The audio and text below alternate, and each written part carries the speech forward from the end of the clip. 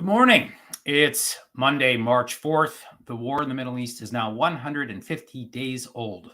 I'm Jonathan Schanzer, Senior Vice President for Research at Foundation for Defense of Democracies, and welcome back to the FDD Morning Brief. I'm back from an overseas trip this morning. I'd hoped that it would change my perspective on this war, but if anything, with a little distance, I'm feeling a bit more convinced about a few things, and we'll be talking about those things in the days to come. But in the meantime, it's good to be back in the saddle here at the FDD Morning Brief. I'm going to keep doing this 3 times a week, so thanks for tuning in. Israeli journalist and intellectual Haviv Rettig Gur will be joining us shortly. He's a writer with the Times of Israel. He also appears regularly on the Call Me Back podcast, hosted by Dan Senor, who was a guest on the Morning Brief just a few weeks ago. We'll speak to Haviv in just a few minutes. But first, I want to talk about Jordan. We don't discuss Jordan much here on the Morning Brief. That's because the country is not waging war against Israel, and that's a good thing. But all is not well between Israel and the Hashemite kingdom. Yesterday, Roe Case from Israel's Channel 11 reported that the Jordanians just asked Israel to extend its deliveries of water to the kingdom. Jordan has experienced drought in recent years.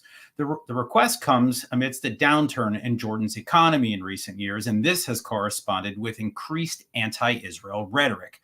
I authored a report in late 2022 about this rhetoric and how it contrasted sharply with the Abraham Accords countries. Jordan was supposed to be the warm peace in the region. Well, since October 7th, the rhetoric has only gotten worse. The Queen, who is of Palestinian origin, has downplayed the 10/7 slaughter while spewing rhetoric that clearly appeals to Jordan's majority Palestinian population. Jordan's foreign minister, Ayman al-Safadi, has been nothing short of vitriolic, and the king has dished out a bit of this too. Here's the thing. Israel should provide more water to Jordan, and gas, and intelligence cooperation, and more. These are the terms of the peace agreement that has served both countries well for almost 30 years. A stable Jordan is crucial to Israeli national security, and it's crucial to the US-led world order, certainly the Middle East world order. But Jordan needs to give when it takes. The Jordanians are the custodians of the Al-Aqsa Mosque, and in the past years, Jordanian rhetoric has only made things worse during Ramadan. Well, now Ramadan is once again approaching. So how about this? How about Israel says yes to the water, and in return, Jordan stops spewing anti-Israel rhetoric during Ramadan? That seems fair to me. Will it happen? Well, that's what diplomats are for. Now for your headlines. Headline 1. Lebanon's foreign minister, Abdullah Abu Habib, says he wants indirect talks with Israel. You heard that right. Lebanon doesn't recognize Israel, yet over the weekend, the country's top diplomat said that talks were needed because the alternative is the expansion of the war in the region. Well, Abdullah Abu, I've got news for you. There already is a war in the region. And a lot of that stems from the fact that Hezbollah has taken over your country. In fact, Lebanon is now a failed state because of Hezbollah. That said, I don't see the harm in talking at this point, because at the rate we are going, including the strikes and counterstrikes reported just this morning, Hezbollah and Israel are well on their way to an all-out conflict. Relatedly, headline 2, Hezbollah Secretary General Hassan Nasrallah reportedly lost his grandson to an Israeli drone strike on Saturday. This is not new for Nasrallah. His son was killed during clashes with Israel back in 1997, and Nasrallah is not the only Hezbollah leader to lose a loved one in the war. Mohammed Rad, a leading Hezbollah parliamentarian, lost his son to an Israeli strike back in November. These two are among the more than 210 Hezbollahis killed since the group opened up a second front on October 8th. I just need to say it. Do you know what would have prevented these losses? Not fighting. Nobody forced Hezbollah to enter this war. Fine, they may have been urged on by the regime in Iran, but they have brought this upon themselves. And if they're not careful, the war will widen further. And if that happens, the devastation in Lebanon will be worse than anything we have seen in the Middle East to date. If there ever was a moment for Nasrallah to stand down, this would be it. And headline 3. The clock is ticking to get a Ramadan ceasefire with 6 days left before the month-long holiday begins. Hamas appears to be the problem here. The group refuses to share the total number of hostages that are still alive. The Israelis have already said that they are game for a trade that would include dozens more Palestinian prisoners in exchange for the release of Israelis still held by Hamas. The pressure should be on Hamas here. or maybe even the Qataris. But somehow it's not. We're watching the U.S. pile the pressure on the Israelis primarily. This includes a speech yesterday by Vice President Kamala Harris. But her comments did not upset the Israelis the way that some thought it would. What U.S. officials don't seem to grasp is that Hamas, Hezbollah, and Iran all actually want things to go to hell in a handbasket during Ramadan, and the Israelis don't. They want to prevent chaos. They want their hostages back. They want to get the Gaza civilians out of harm's way before the Rafah operation. But that probably won't change the rhetoric in the United States right now, because if it plays well among certain voters, I suspect it's going to continue. Okay, it's now my pleasure to introduce Haviv Rettig Gur. Haviv is a keen observer of all things Israel. His writings appear often at the Times of Israel. His voice appears often at the podcast called Call Me Back. And now, after a brief special effect that we affectionately call the whoosh, his face will appear before us here at the FDD Morning Brief. That's the whoosh. Welcome, Haviv Rettig Gur. Hi, Jonathan. Thank you for having me. Great to have you. Well, first, let's talk about where we are in this war. The pressure is clearly getting heaped on Israel right now between accusations of excessive force, efforts to enforce a ceasefire before Ramadan, tensions flaring in the north. All of this seems pretty chaotic. But I suspect there's some order to this chaos, isn't there? Yeah, I think that the order is pretty easy to suss out from the endless stream of news and information that constantly comes out of a battlefield in this age of TikTok and Twitter and such. The bottom line on the ground in Gaza is that the IDF operation, the war itself, in military terms, leaving aside the politics and the diplomacy and the humanitarian crisis, which is real and important, just militarily, the IDF has won. It's won completely. It's won spectacularly. It has won the war for the ground, with the exception of Rafah. There is now the long war, the war that we always knew would be what the defense minister 4 months ago called the third stage, which is the tunnel war, the counterinsurgency war.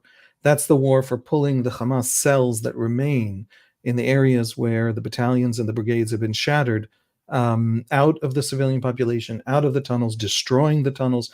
We don't know if we've destroyed 25% of the tunnels at this point or 45%. Estimates differ. But the IDF controls the ground to the extent that it wanted to at this stage, and even more so. It's been a better war than the IDF expected and that Hamas expected. And I think that the most important thing to know about this moment in the war is that because the IDF has proven, just in the very simple fact that nobody expected it to be 200-something IDF dead at this point. The Americans predicted at the beginning of the ground operation that we'd be looking at something 3 times that, 5 times that. It went well. But now that the IDF is in control of most of the ground, now that the counterinsurgency, most of the reservists have been let go, there's a smaller force now, and it is engaged in a constant, persistent counterinsurgency that we expect to take months, if not, in single-digit number of years, which is how these things go. I think it took the American-led coalition 5 years to get ISIS actually out of northern Iraq. But now that means that we have shifted from the military section of that war, that part of the war, we have shifted to a much more political part of the war, where we start needing solutions to things like the humanitarian aid distribution that Hamas can upset. There isn't really anyone in control on the ground to deliver the aid. All of these problems were the day after problems, essentially, right? The army thought, the Israeli, I think, political leadership thought that you win the war over 2 years, and then you think about the day after. Turns out that because of the aid crisis, the day after is already here upon us, and that's a political question. So we've shifted. How well has the war gone? It's gone well enough for the day after to arrive 5 months into what people were thinking of as a 1.5-year war, essentially. Well, let's talk about that day after in a minute. But first, I want to ask you about the politics of Israel. And I don't want to get into whether Bibi is right or Bibi is wrong, or whether Bibi needs to leave government, or whether he's going to be forced out, or what's going on with Benny Gantz, who's here in Washington, or anyone else for that matter in the Israeli political scene. But I think my big question is, what about Israeli unity? I mean, we saw that the entire country came together after 10/7. Is the country backsliding back to a 10/6 mentality, as some suggest?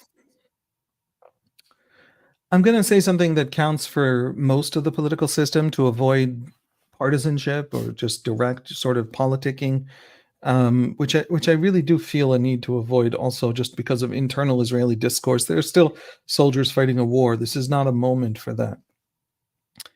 But our political class is a political class that was forged by a certain kind of politics.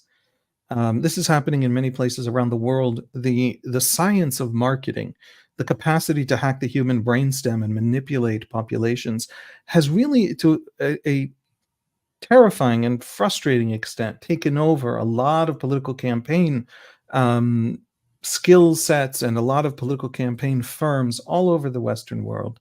And that's true here. And so we have a politics of polarization here, which is remarkable because we don't actually have much disagreement between different Israeli populations on fundamental policy. In America, Republicans and Democrats increasingly don't like each other, but they also disagree on fundamental questions. In Israel, most people mostly agree on most things, and we still manage to have the same politics of polarization. And I think it goes back to these strategies and really scientific psychological manipulation skills that have taken over politics.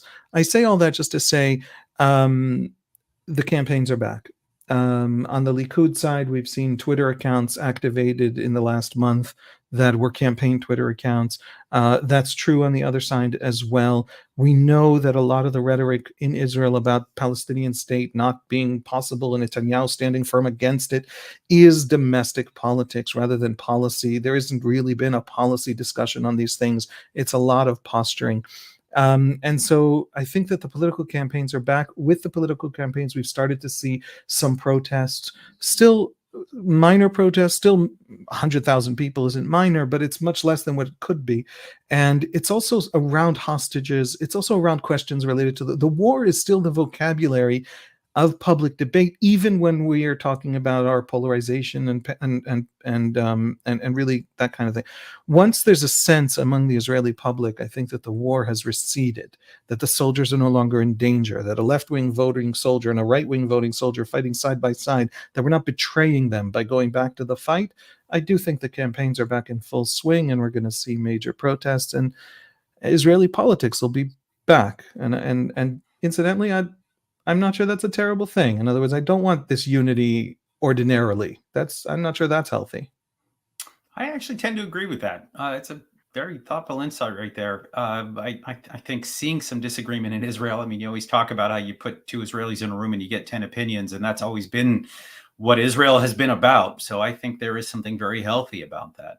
But let me ask you about one other thing that I've been watching and I find fascinating. All this talk about Haredim, the ultra-Orthodox, and their service or lack thereof in the IDF.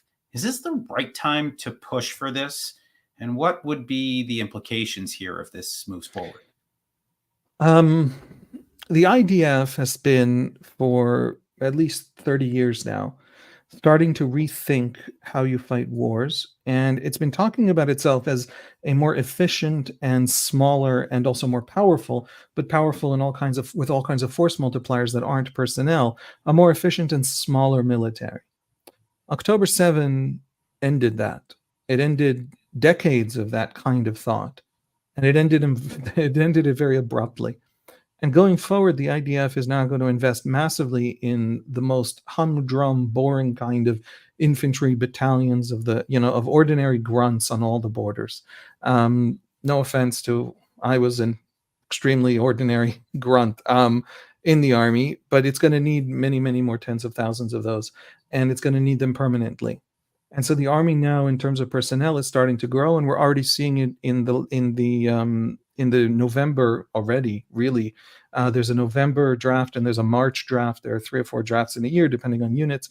And in this March draft, we're seeing an army that's starting to talk about needing 7,000 more soldiers every year. That's starting to talk about needing more than 2,000 more tkanim, excuse me, that's the Hebrew, positions, posts for officers in the army every year. It's an army that's looking to grow and to grow quickly. The ultra-Orthodox community used to be 3% of Israel when the country was founded. They have a draft exemption. They have a pretty significant welfare state that they live within. The average Haredi household takes much more from the welfare state than it pays in taxes. The average non-Haredi household does the opposite. And that was a kind of culture that was, there's a deep and profound and serious and beautiful reason for the culture that they have built, and that is that they believe themselves to be, and to some extent really were, representative of what was destroyed in the Holocaust. In other words, 85%, something like that, of the Jews killed in the Holocaust were Yiddish speakers and not Western Jews, and Jews who spoke German or French or English. And so there was a desperate sense among them that in Israel they have to rebuild what was lost. Great. That's wonderful. That's beautiful. That has been done. It has been done tenfold in terms of that religious community. And now they're 13% of the population. So when they were 3%, we could afford that welfare state and we could afford that draft exemption. It was one tiny minority with a religious exemption and a unique lifestyle, and nobody cared. But they're now so big and so powerful and so much a part of Israeli daily life that they need to start shouldering the burden. And it used to be, until really October 7, this was a question of principles, of equality, of secular families wondering why their kids were in danger while the ultra-Orthodox families' kids were not. It's no longer a principle question. The army needs 7,000 more soldiers a year. There's not a lot of places it can find them. And so it's now become a very pragmatic question. So that's why it's come up. It's okay that it's come up. This is an issue that's been kicked, we've been kicking that can down the road for years and generations, really, and we can't anymore. And that's now going to be something that we discuss until we find a solution, because we need battalions on the borders. I think it's also interesting, by the way, I mean, they're much more politically active now. And if that's the case, then it makes sense that they'd also take a part in the military components of this as well as the politics. I think it certainly starts I should say, I have to say in their defense, truly, polling them on the question of should ultra-Orthodox serve, or 20 years ago when you said, if an ultra-Orthodox person did serve, what do you feel about them? The answer was disdain and even betrayal. Today, overwhelmingly, the answer is pride. And there's more and more responses to polls that say that it is okay. They want their elite students, seminary students, yeshiva students, to stay in yeshiva. That's fine. Extraordinary artists, extraordinary athletes among secular Israelis also get draft exemptions. But there is a willingness among them also that we haven't seen before. So it is coming from both ends. Okay, last question for you here. I want to just circle back to that aid incident that we saw, the shooting incident in Gaza. You were talking before about how we've reached the day after. We've also now seen, I think we can fairly say that there are competing narratives about what just happened in Gaza. I think you've been a straight shooter when Israel has been in the wrong. And you've been a fierce defender of Israel when it is right. What do you think happened here? Does Israel have something to atone for? Are there things that Israel can or should do better when it comes to this assistance now that we've reached that day after scenario that you discussed? On the specific question of that specific incident, it is extremely probable. We don't really know. I don't really know yet which decision by whom caused which death. The army says 10 people were killed by a steady escalation of gunfire by soldiers who saw a mob sort of stampeding toward them. The mob was desperate people trying to get food. The aid convoy drivers and gunmen protecting the aid convoy I'm not yet clear on who exactly the gunmen were, apparently did most of the killing, and the human crush did most of the killing. The media coverage was terrible at first, as it always is in Gaza. I mean, the first Hamas report was that there was an airstrike. That's clearly a mistake, but that was the headline of the AP story that came out of that crush at the very beginning. So everything I've just said is essentially the official Israeli version. I hope it's right. To me, the specific details are secondary, because even if the truth is somewhere between the Israelis are responsible for most of the specific deaths in this specific incident to what Israel says, which is for almost none. I mean, for a very small number, the idea is actually the larger question isn't this incident. The larger question is the next 150 incidents that are coming. because the aid issue can't be ignored anymore. And that's the point, that the army, I think, and the political leadership as well, have had this mindset, have had this way of thinking about this war, because it's how counterinsurgencies have worked in the past in other places. During the counterinsurgency, you don't rush in. That's not the moment where you need this massive aid program. We thought we could finish one and then start the other.